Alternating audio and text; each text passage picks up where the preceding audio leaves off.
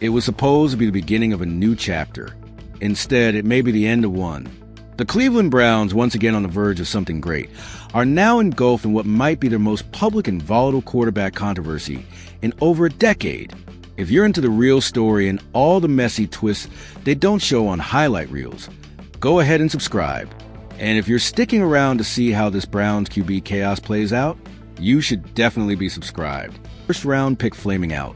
No, this time, it's about a fifth-round rookie, Shedeur Sanders, outplaying everyone around him and still being told to wait his turn. And now he's done waiting.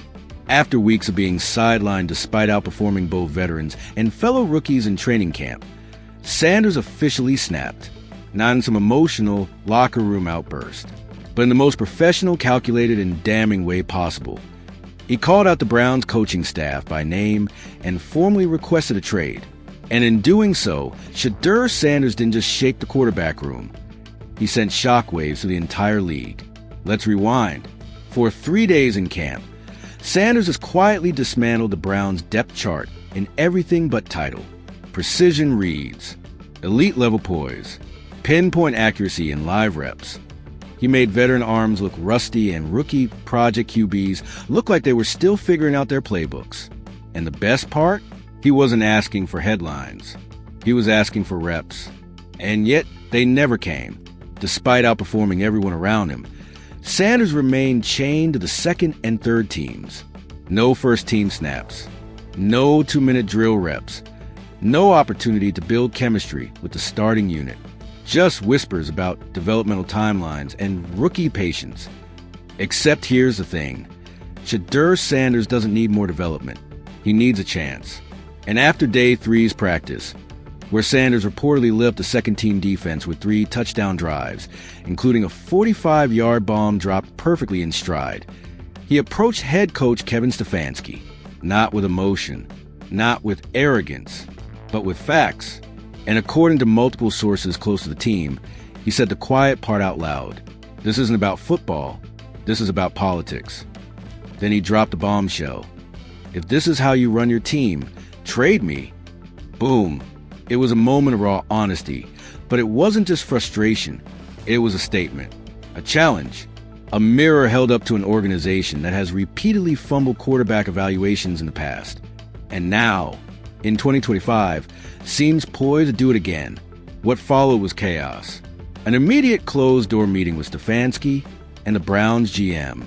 A tense phone call with ownership. Media outlets catching wind within hours. And a franchise suddenly forced to answer a very uncomfortable question. Are we sabotaging our most talented player? Because here's the uncomfortable truth. Shedeur Sanders is the most talented quarterback on that roster. Anyone watching camp can see it. The mechanics are polished. The timing is NFL ready. The decision-making, light years ahead of expectations. And yet, he's still being treated like a practice squad project because he wasn't drafted in the 3rd round or handed a multi-million-dollar veteran deal. And Shedeur sees it for exactly what it is, a rigged hierarchy based on contracts, not competition. Let's be real. This isn't just a Browns issue. It's an NFL-wide disease. Coaching staffs afraid to upset the pecking order, GMs protecting their own draft reputations, and development timelines used as excuses to keep the actual best players from threatening the ones already paid. But in Cleveland, that dysfunction has reached new heights. Because now, ownership and coaching aren't just misaligned, they're at war. Sources close to the team say Browns owner Jimmy Haslam is furious over the mishandling of Sanders. Haslam reportedly sees Shedeur as a generational leadership presence and the face of the franchise waiting to happen. But Stefanski? He's clinging to his playbook progression plan, terrified of throwing a rookie into the fire before he says it's time. That philosophical rift has created an impossible situation for GM Andrew Berry, who's caught in the middle of a front office civil war. Push for Sanders and risk undermining the coaching staff. Protect Stefanski and risk alienating the owner, the locker room, and now, the quarterback with all the leverage. Yes, leverage. Because Sanders may be a rookie, but he's no naive 21-year-old hoping for a handout. He's a brand, a businessman, a player with massive college pedigree, undeniable charisma, and, most critically, a wave of public support. Social media has already taken sides. Players are reposting his highlights. Fans are using terms like free Shedeur and play the kid. National outlets are questioning the Browns' logic. And across the league, front offices are circling like sharks. Because if Shedeur Sanders is available, half the league wants in. Franchises that missed out on quarterbacks in the draft. Teams with aging vets. Clubs with unstable locker rooms, looking for a leader to rally around. Sanders has that rare combo of talent, maturity, and marketability that makes him a walking PR win and a legit on-field asset. And the Browns? They're somehow letting it slip away because they're scared to admit the depth chart might be wrong. But let's talk about the locker room impact, because it's massive. Players notice things. They notice who shows up early, who stays late, who earns it. And from everything we're hearing, Shedeur Sanders earned it.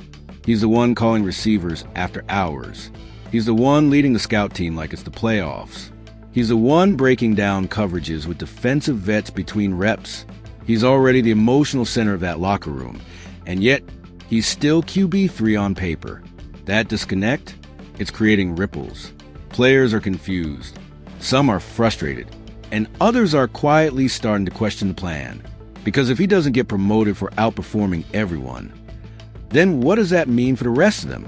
That's how trust erodes. And that erosion is exactly why the situation isn't just a rookie demands trade moment. It's a culture crisis. Because if the Browns allow performance to take a back seat to politics, again, they won't just lose Shedeur. They'll lose the locker room. They'll lose free agents.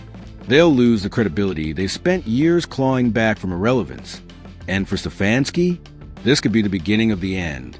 Head coaches live and die by personnel decisions. If you back the wrong quarterback, you don't just risk a few games, you risk your job. And right now, Stefanski is on the wrong side of history because Shedeur's talent is undeniable. His leadership is magnetic. His play is forcing a new timeline. And if your system can't adapt to that, your system is broken. So, where do we go from here? Option 1, trade Shedeur. Let him go to a franchise that values him. Accept the PR disaster, the fan outrage, and the fact that you fumbled yet another quarterback talent out of sheer stubbornness. Option 2, promote him, swallow your pride, hand him the reins. Let the locker room know you're finally putting performance over politics. And maybe, just maybe, start winning games. Option 3, do nothing. Let the tension stew. Watch the season implode before it starts. Hope no one else demands a trade. Pray the fans stay patient.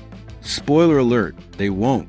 Because if they do let Shedeur Sanders walk, it won't be a quiet departure. It will be a statement. A declaration that no matter how talented you are, how hard you work, how clearly you outshine the guys ahead of you, if you weren't handpicked by the right people, you'll never get a fair shot. And that's not just a Browns problem. That's a culture problem. Let's be clear. This isn't some cocky rookie demanding stardom after one flashy practice. This is a player who's outperformed expectations at every level. First at Jackson State, then at Colorado, and now, most recently, in the NFL's own backyard, against professional defenses and in front of league scouts. This isn't a tantrum. It's a measured, strategic power move by someone who knows exactly what he brings to the table. You know who else made this kind of calculated demand early in his career? Players like Russell Wilson, Lamar Jackson, Jalen Hurts. All quarterbacks who were undervalued early doubted, kept down on the depth chart for reasons that had nothing to do with performance. And what did they do? They waited just long enough, then took over. Not because someone handed them the job, because they made it impossible to ignore them. That's the playbook Shedeur's following. And right now, Cleveland's at risk of being the team that blinked first. Because let's not kid ourselves. If they trade him, someone will start him. Tomorrow, Atlanta, Washington, Tampa Bay, Vegas. Teams with uncertain quarterback futures and front offices hungry for a spark. They'll give Shedeur a shot not just because of what he brings on the field, but because of the momentum he already carries with him. And the Browns? They'll be stuck with a divided locker room, a fan base in open revolt, and a coaching staff that gambled on politics and lost big. That's what makes this story so explosive. It's not just about one player being benched unfairly. It's about what happens when an NFL franchise builds a culture around fear, not competition. When development plans become dogma. When the politics of draft status and coaching loyalty override the obvious reality on the field. Because anyone with eyes can see, Shedeur Sanders is ready. Not just physically, mentally, emotionally, culturally. He's ready to lead. You want proof? Look at how he's handled this pressure.